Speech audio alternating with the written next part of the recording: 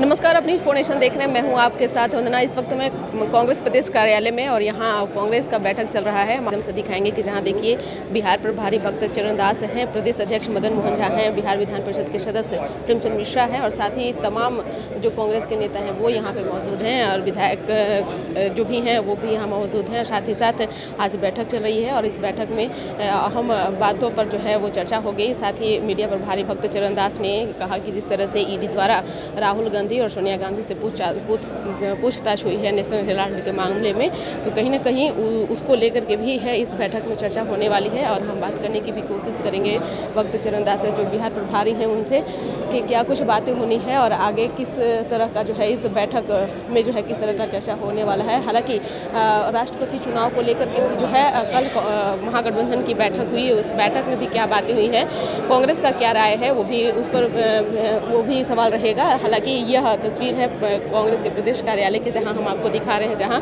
देखिए कि आज एक दिवसीय बैठक होने जा रही है और इस बैठक का मेन मुद्दा है कि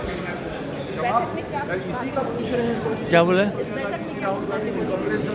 देखिए, हम लोग का 21 जुलाई और 22 जुलाई को कार्यक्रम है और 9 जुलाई से लेके 14 जुलाई अगस्त में भी हम लोग का कार्यक्रम है। उस पर डिटेल हम लोग अभी बात करेंगे।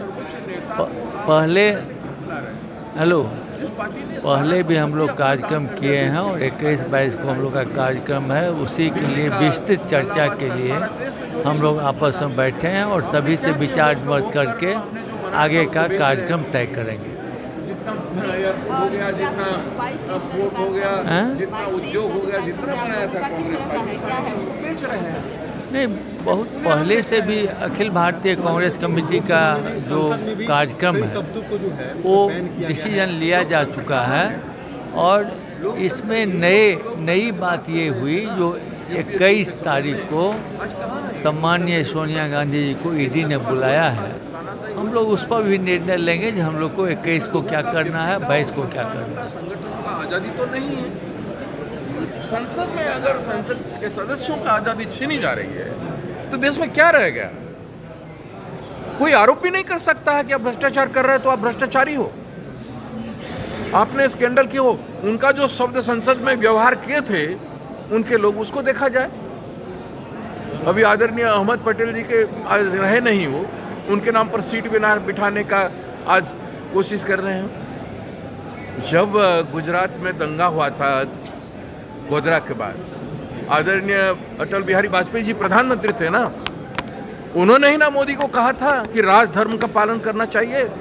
ठीक से हमने तो नहीं कहा था, कांग्रेस से कोई बड़े नेता तो नहीं कहा था। तो आप अगर सही चल रहे थे तो आपको क्यों कहा वाजपेयी जी ने? तो ये पूरा देश साक्षी है, जानते हैं। तो आज राजधर्म का वो पालन नहीं कर रहे हैं। आज गुजर गए अहमद पटेल जी, उनके रहते हुए क्या होते अगर उनके नाम पे कुछ था? उसे जवाब देने वाला कोई नहीं रहेगा। केवल आप एक दोषी कराना चाहते हो अकारण। आपके हाथ में सब कुछ है, न्यायालय है, सब कुछ है, आप जो चाहे कर रहे हो। देश का सम्मान, आज़ादी, स्वतंत्रता का मजाक उड़ा रहे हैं, देश को गुलाम बना चुके हैं और विपक्ष को गुलाम बनाने के प्रयास में है। ये 18 को जो चुनाव है, राष्ट्रपति का चुनाव, और अंतरात्मा की आवाज़ से वोट करेंगे, ऐसा यशवंत सिन्हा जी ने अपील किया।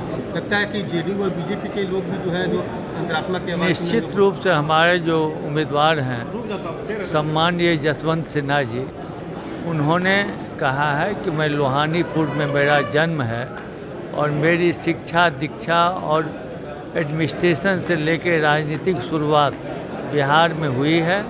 अतः मैं लोगों से, बिहार कई बार ऐसा हुआ है जब महाराष्ट्र के उम्मीदवार होते थे तो शिवसेना जैसा कैंडिडेट ने वहाँ राज्य के नाम पर समर्थन देने की घोषणा की।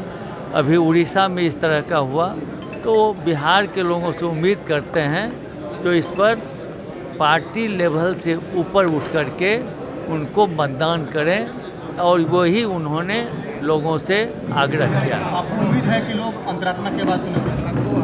कभी कभी अंतरात्मा भी आवाज़ करती है। हमारे मुख्यमंत्री का, माननीय मुख्यमंत्री जी का कई बार अंतरात्मा की आवाज़ पर उन्होंने वोट किया है। हो सकता है इस बार भी करें। Thank you. Patna SSP Manoj Singh ने कहा है पीएफआई की तुलना आरएसएस बीजेपी के कई नेता मांग कर रहे हैं कि एसएसपी को हटाया जाए, एसएसपी से माफी मांगे आरएसएस से। पटना एसएसपी सत्य कहा है। जब कांग्रेस लोग यही बात कहते थे पहले, तो उसमें भारतीय जनता पार्टी आरएसएस के लोग बवाल करते थे। सही होगा तब ना एसएसपी ने कहा है। जिस संगठन के संदर्भ में एसएसपी जी ने कहा है वो वास्तविकता से परिचित है, तो उनको मान लेना चाहिए, आरएसएस बीजेपी को मान लेना चाहिए कि एसएसपी ने जो कहा है सही कहा है, और भविष्य में कैसे नहीं कहें उसके लिए अपने को सुधारना चाहिए। अपने को सुधारने के जगह पर आरएसएस बीजेपी के लोग एसएसपी को माफी मांगने की बात कर रहे हैं। क्यों? एक सच्चा इंसान क्यों माफी मांगे? सवाल यही उठता है।